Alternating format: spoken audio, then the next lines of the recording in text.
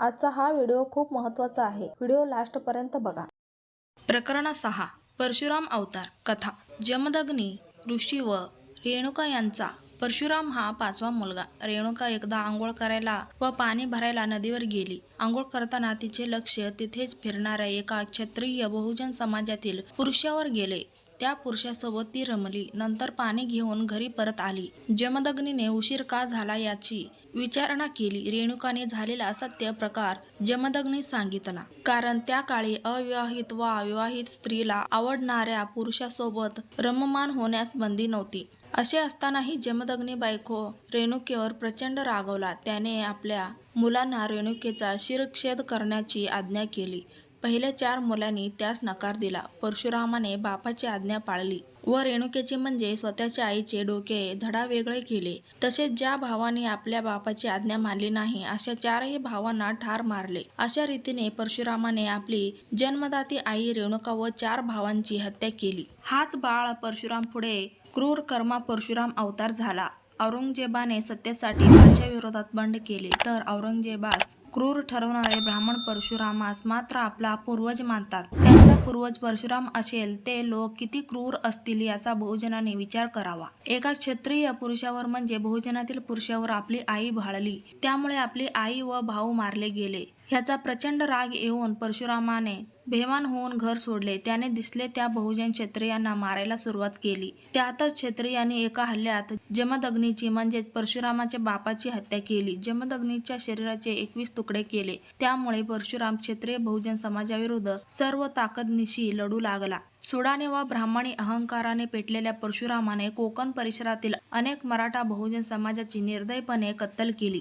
भारतातील सर्व क्षत्रिय म्हणजे मूळ निवासी बहुजन पुरुष संपवले. एवढेच नाही तर भविष्यात पुन्हा बहुजन पुरुष जन्माला येऊ नये याची खबरदारी म्हणून बहुजन समाजातील गर्भवती स्त्रियांचा शोध घेऊन त्यांचीही कत्तल केली. क्षत्रियांचा म्हणजेच बहुजन समाजाचा कर्दनकाळ म्हणजे परशुराम अवतार. प्रत्यक्ष इतिहास. वामनाच्या कपटी कटातून भारतात एकतर्फी ब्राह्मणी सत्तेचा पाया रचला गेला. पण ब्राह्मणांच्या लक्षात एक बाब आली की भारतात सरसकट ब्राह्मणी अंमल प्रस्थापित करणे अवघड आहे. स्थानिक मूळ निवासी बहुजन समाज जागृत असून पराक्रमी आहे, संख्येने मोठे आहे. त्यांच्याशी सतत लढत राहिल्यास ब्राह्मण समाज संपायला वेळ लागणार नाही. यासाठी ब्राह्मण समाजाने ब्राह्मण समाजातील धूर्त लोक व बहुजन समाजातील पराक्रमी, शूर परंतु भोळसट, सरळ साधे लोक यांची बैठक घेतली.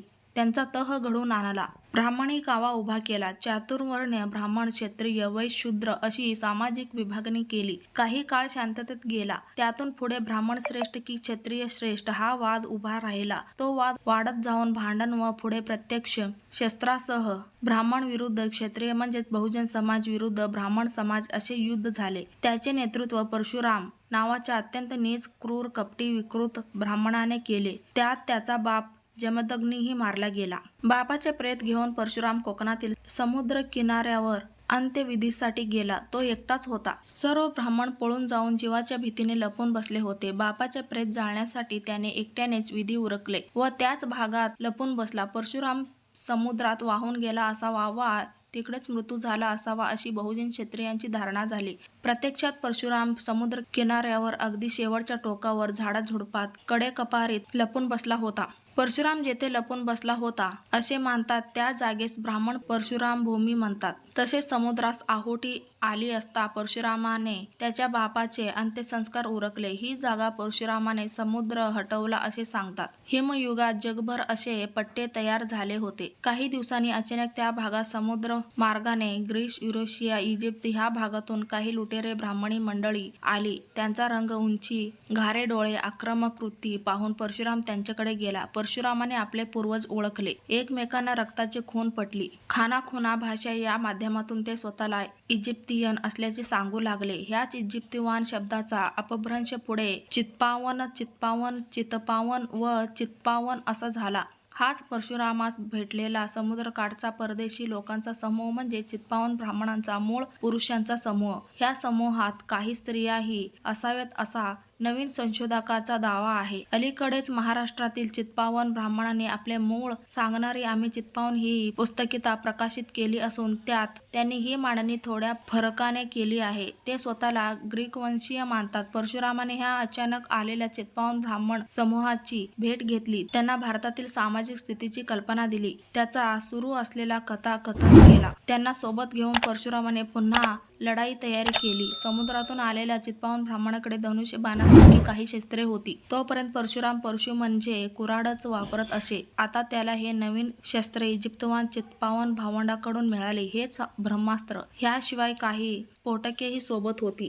धनुष्य बाणाचा मारा व स्फोटकांचा वापर करून परशुरामाने ह्या नव्या भावंडांना सोबत घेऊन समुद्रकाठच्या पठारी भागावरील बहुजन समाजाच्या वाडी वस्त्यांवर हल्ले केले. अचानक झालेल्या ह्या माऱ्यामुळे निशस्त्र बहुजन समाजाची कुटुंबे मारली गेली. काही जण जीवाच्या भीतीने पळून गेली. अशा रीतीने समुद्रकाठचे हे सारे पठार परकीय चित्पावन ब्राह्मणांचे सहकार घेऊन परशुरामाने ताब्यात घेतले. त्या भागातील बहुजन समाज संपवला. त्यातील 21 कुटुंब प्रमुखांची हत्या केल्या. स्त्रियांना लुटले. कोकण पट्टीतील ह्या पठारावर आक्रमक चित्पावन ब्राह्मणांनी परशुरामाच्या नेतृत्वाखाली विजय मिळवला. सह्याद्रीच्या पायथ्यापर्यंतचा भूप्रदेश जमीन ताब्यात घेतली. तिथे चित्पावन आक्रमक इजिप्तिवान लोकांची वस्ती केली. पुढे घाटावरील बहुजन समाजातील लोकांना परशुरामाची व नव्या आलेल्या चित्पावन ब्राह्मणांची माहिती मिळाली. परशुराम मेला असे समजणाऱ्या बहुजन समाजास हा धक्काच बसला. त्यामुळे बहुजनातील योद्ध्यांनी क्षत्रियांनी पुन्हा एकत्र येऊन ह्या कोकणपट्टीवरील हल्ला केला. चित्पावन कापून काढले. परशुराम पळून जाण्यात यशस्वी झाला. त्याच्यासोबत काही लोक गेले. पुढे शरण आलेल्या परशुरामास व त्याच्या सहकाऱ्यांनी क्षत्रियांना नेहमीप्रमाणे माफ केले. आता पुन्हा कधीच बहुजन समाजाच्या विरोधात शस्त्र उचलणार नाही अशी माफी मागून परशुराम काही सहकाऱ्यासह निघून गेला. पुढे तो अपमान सहन न झाल्यामुळे आत्महत्या करून मरण पावला. परशुरामाचा पराजय व मृत्यू साजरा करण्यासाठी बहुजनांनी घरावर गावोगाव गुढ्या उभारल्या, आनंद साजरा केला. परशुरामाच्या काळात चित्पावन ब्राह्मणांची एक नवीन वंशावळ कोकणात स्थापित झाली म्हणून परशुराम अवतार जैन पुराणात दिलेली कथा वाचावी. व्हिडिओ आवडला तर लाईक आणि शेअर नक्की करा. चॅनलवर नवीन असाल तर चॅनलला सबस्क्राईब करून ठेवा. चला तर मग भेटूयात नेक्स्ट व्हिडिओमध्ये. Bye, take care.